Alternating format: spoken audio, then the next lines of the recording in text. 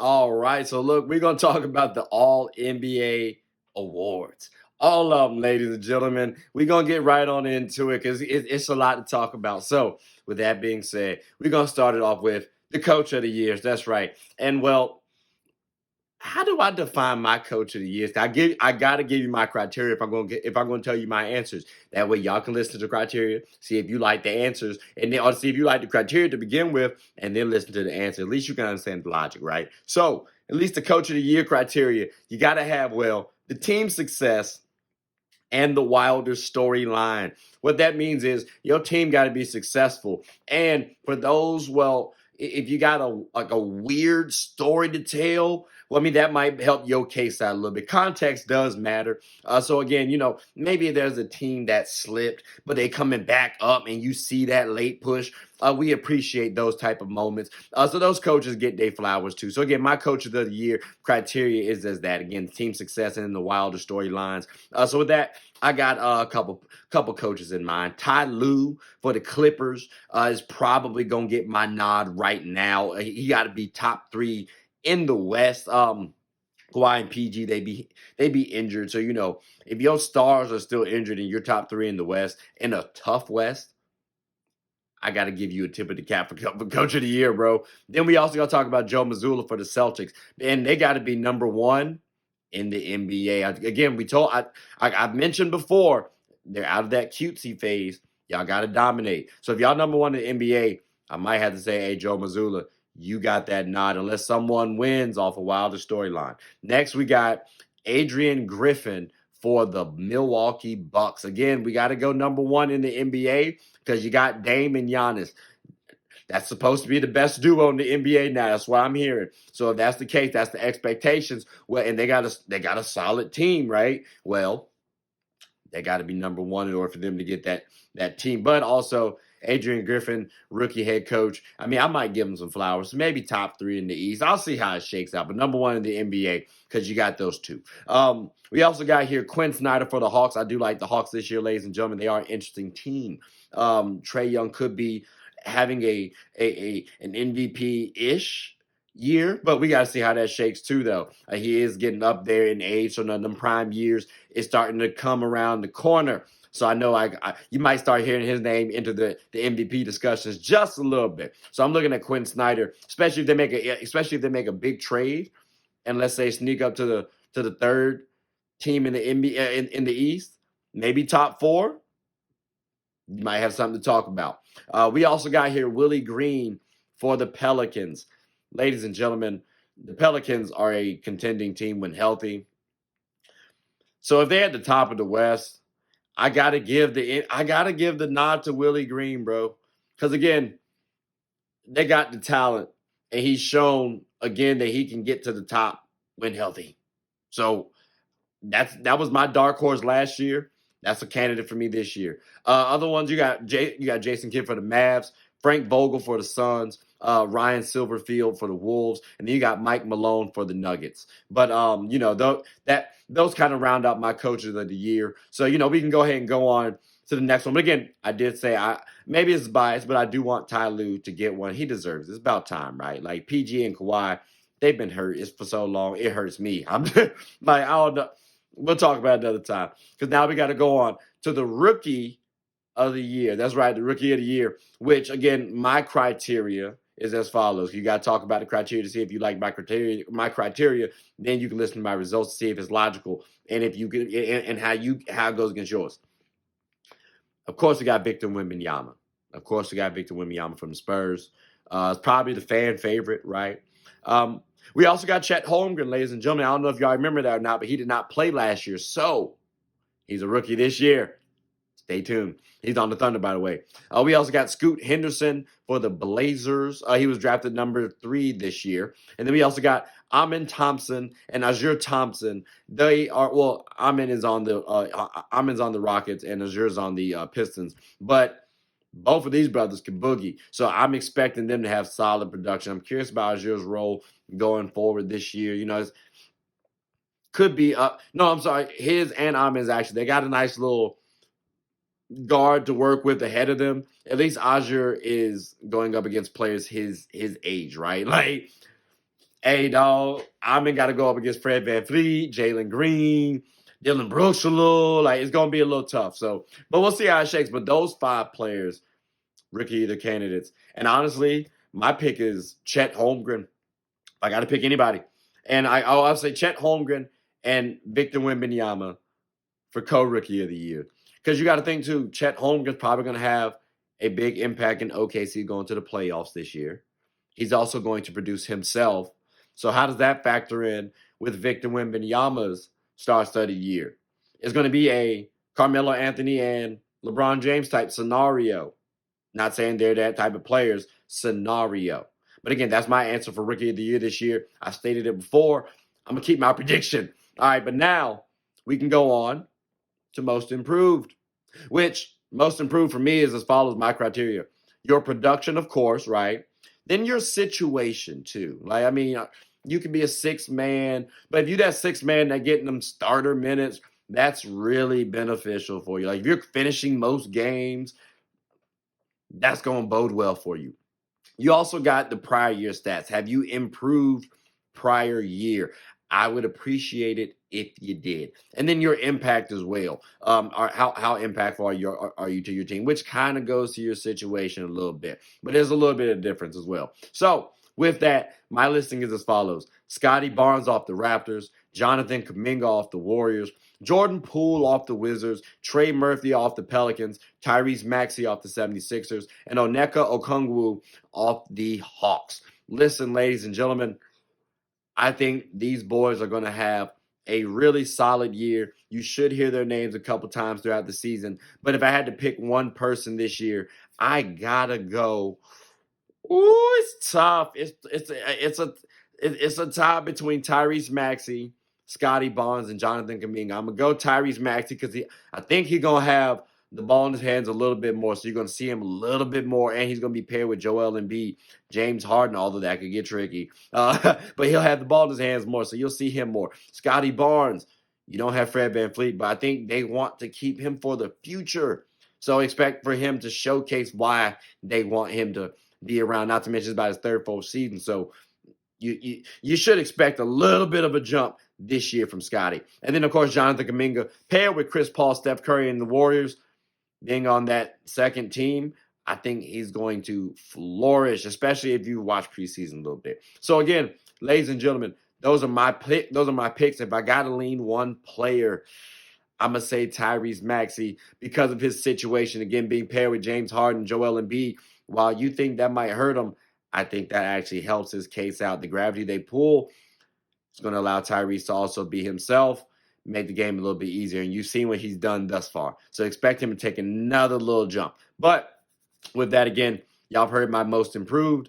Let's move on up to the 6th man of the year, which we got to talk about the criteria, ladies and gentlemen, because this is a nice little listing. So I'm going to just say this guy. I got to read it off my daggone self.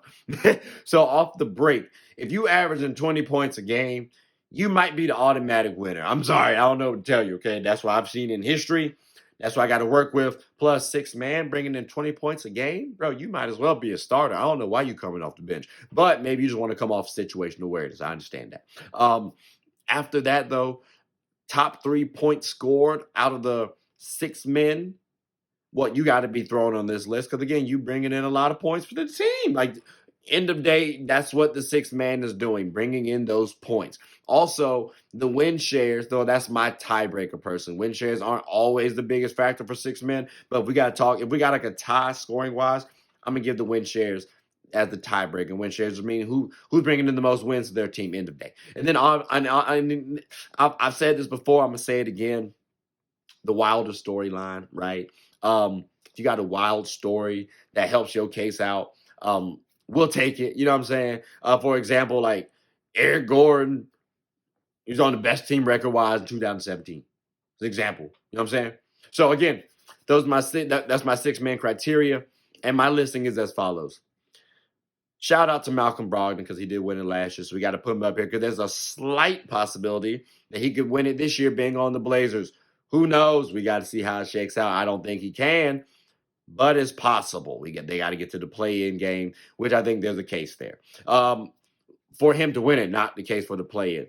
Tune in. We got here Malik Monk, and this is in order, by the way, off the Kings, Norman Powell off the Clippers, Christian Wood off the Lakers, Derrick Rose off the Grizzlies, Tim Hardaway Jr. off the Mavs, Derek White or Drew Holiday off the Celtics, whoever comes off the bench, Bobby Portis off the Bucks, Jose Alvarado off the Pelicans, Dante DiVincenzo or Emmanuel Quickley, who was a candidate last year off the Knicks, Kelly Oubre off the 76ers, Jordan Clarkson off the Jazz, Eric Gordon off the Suns, Jonathan Kuminga, who's a little question mark right now, Gary Trent Jr. off the Raptors, and Kuminga was on the Warriors, and then Jeremy Sokan off the Spurs, but that's contingent upon if they get to the playoffs, which again, I don't have them up there, hence why you saw the asterisk for him and Kuminga. The Warriors, I do expect to get to the playoffs, but like 6-man, Jonathan Kuminga, he could. I just think that's a little bit too premature right now, but he could prove me wrong. Again, I have Malik Monk as my number one pick because, again, the Kings this season are a really good team. De'Aaron Fox, Domantas Sabonis, Keegan Murray, Harrison Barnes. Well, Malik Monk is actually one of them players, too, who can get the job done in the day. He can score, not as streaky as some people might think, too, by the way. Got solid athleticism, a good enough defender. And you know what? The team actually relies on him. And he's showcased over the last 2 seasons, he can be a quality 6-man in the NBA. So, as a candidate this season, a strong candidate, I'm looking at Malik Monk off the Kings. But any of these players can win it. Norman Powell be getting me 20 points a game almost for the Clippers. You cannot overlook that. Christian Wood, he could be our third option this season. So again, there's a lot of players. Hell, Derrick Rose has a strong case from an actual production as well as an emotional standpoint. You know what I'm saying? So a lot of these players got it. I'm just looking at Malik Monk because, again, his situation. Plus, I'm expecting his production. But, we'll see how it shakes. We're going now to the DPOY, the Defensive Player of the Year. But, again, you got to talk about the criteria first. So, with that being said, you got to be top 5 in defensive win shares end of day. I'm sorry. It's not just stats-based, but win shares do matter for me. So, defensive win shares, I do factor in a little bit. Top 5, that's been, the track for the history. So, if it ain't broke, don't fix it, right? Sorry. Next, we got to talk about your production. You could talk about that's production / impact, but your production, it does go beyond stats, right? So again, that's why I say you could say impact as well. Because if you're not as impactful defensively, yeah, you can numbers lie, ladies and gentlemen. But that impact does factor, that production does factor in quite heavily. So if you producing, we gonna pay attention. Eye test does catch it. Now you also do have to have the numbers as well too. Though we can't say, well, he's dominant, but you ain't got no numbers to back it up. Now you got to have some type of proof. Proof is in the pudding. So them steals, them blocks, whatever. If they tracking deflections, all those numbers, you got to have something to showcase, like a 1-and-1, 1 steal, 1 block. If you a big 1 steal, 2 blocks, something like that, we'd appreciate that. And then of course your Wilder storyline. If you hold him down to 4, like Rudy Gobert was low-key a Wilder storyline at one point in time. Just give you a little reference, like you're the defensive anchor, Draymond Green, Wilder storyline. You know what I'm saying? Something like that where you're 6'7", you're playing against bigs. Like that's a Wilder storyline to me personally. So you heard my criteria. My listings are as follows. We got to throw Jaren Jackson Jr. up there because he's the DPOY, right? Reigning DPOY. You also got to throw Giannis in there. With Damian Lillard on the team, he don't have to focus on offense as much. So he can pay a lot more attention to defense, which he's had a DPOY before. We also got here OG Anunoby or Scotty Barnes if he decides to, go ahead and lock down the way I know he can. But they do have a quality duo out there, by the way. But one of those two could actually sneak in the DPOY this year. You also got here Joel Embiid. He won MVP last season. He might say, you know what, I want DPOY. If he's engaged enough. You saw it in the playoffs. He was swatting stuff on a bad knee. Come on now. If he's healthy, he's one of the best players defensively, if not the best. Just saying. So we could see him at DPOY. You also got to talk about someone like Jared Allen as well. He might want to rebound from last season. Because remember, he was known as a defender. So with the chip on the shoulder, also Clint Capella, can't sleep on players like that. But again, if I got to throw anyone down right now, I might look at Giannis or Triple J for the repeat. But I'm going to say Giannis, though, for who I'm leaning with right now. Because again, with Damian Lillard, and you got Brook Lopez to back you up, I think they're going to give you the nod, big man, if you get up, if your team is successful and you dominate defensively like you have in the past. So my DPOY, I got Giannis. We're going to have to transition on now to the favorite one, though. Like MVP. MVP, ladies and gentlemen. My criteria is as follows. You got to be top 4 in win shares. All right. I've already made this video before. You also got to have the production, like everybody else, right? If you're not producing, you're not on this list. I'm sorry, end of the day.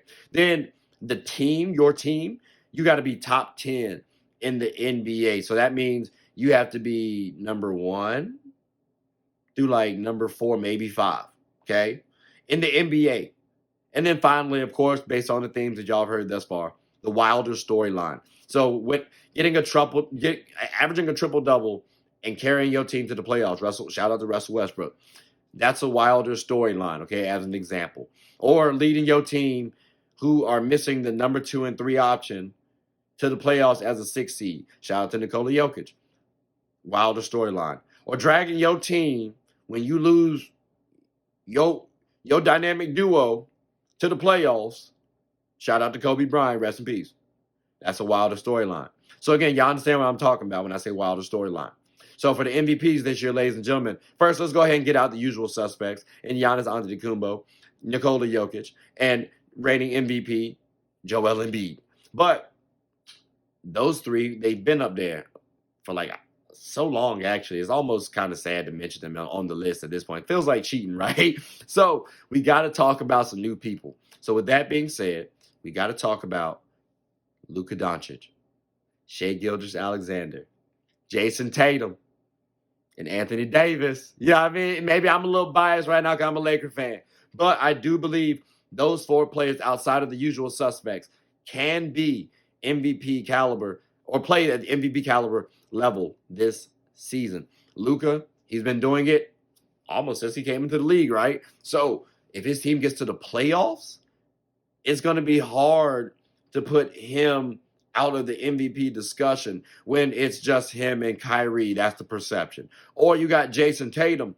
Well, if his team's at the top of the NBA and he's dominating offensively and defensively, how can you not say he's MVP when you can make the case now, oh, he's arguably the best player in the game? Because someone, as a Jason Tatum fan and Celtics fan, can make that case if what I just said actually occurs. Or how about Shai Gilgeous-Alexander? Because again, OKC, let's say they get to the playoff push as a 6 seed. At least Luka has Kyrie. Yeah, you could talk about Josh Giddey and Jalen Williams and Chet Holmgren. They're young pups right now, so they're still building. So Shai Gilgeous-Alexander is perceived as the lead dog, as the lone all-star, as the lone star on the team, and he actually is right now. So if his OKC Thunder are in the playoff hunt, how is he not MVP? Anthony Davis, if we're dominating offensively and defensively and you're making a strong case that you're the best player in the game, like you have the talent to do so, how is he not in the MVP? So there are a lot of players who can be MVP this season. Who do I expect to be MVP, though? I mean, I kind of low-key feel like they want to give it to Jokic again. But I do feel like this year could be actually Luka's. I've made Luka as the MVP before. He burned me very badly that season, by the way. But this season feels a little differently. I do feel like him and Kyrie are going to try to gel, get a little something proper. And I do think that's going to get them over the hump to the playoffs. Not to mention the fan support. I don't know if they're going to get that 6 seed, but I do believe they can get that 5th, 6th seed, possibly a little higher, maybe 4th. I don't want to say higher than 4th, because if I just say possibly higher, that leaves it open-ended, right? I want to make sure I give a cap. So, Luka, please don't disappoint me this season, dog. Like, I appreciate it if you don't, because there are some players out there that I really could have chosen outside of you. Hell, I could have said Joel Embiid running back for MVP. I don't think that happens, but he could. It could possibly happen. Y'all have been disrespecting him all off season. So, I mean, he could have a chip on the shoulder too. You never know. But Luka, I'm cheering for you, champ. Prove me right, please. But ladies and gentlemen, please like, subscribe, comment, tell anyone about the show. My name is Trey. I'm the host of Get a Bucket. I hope you all enjoyed the show. Take care.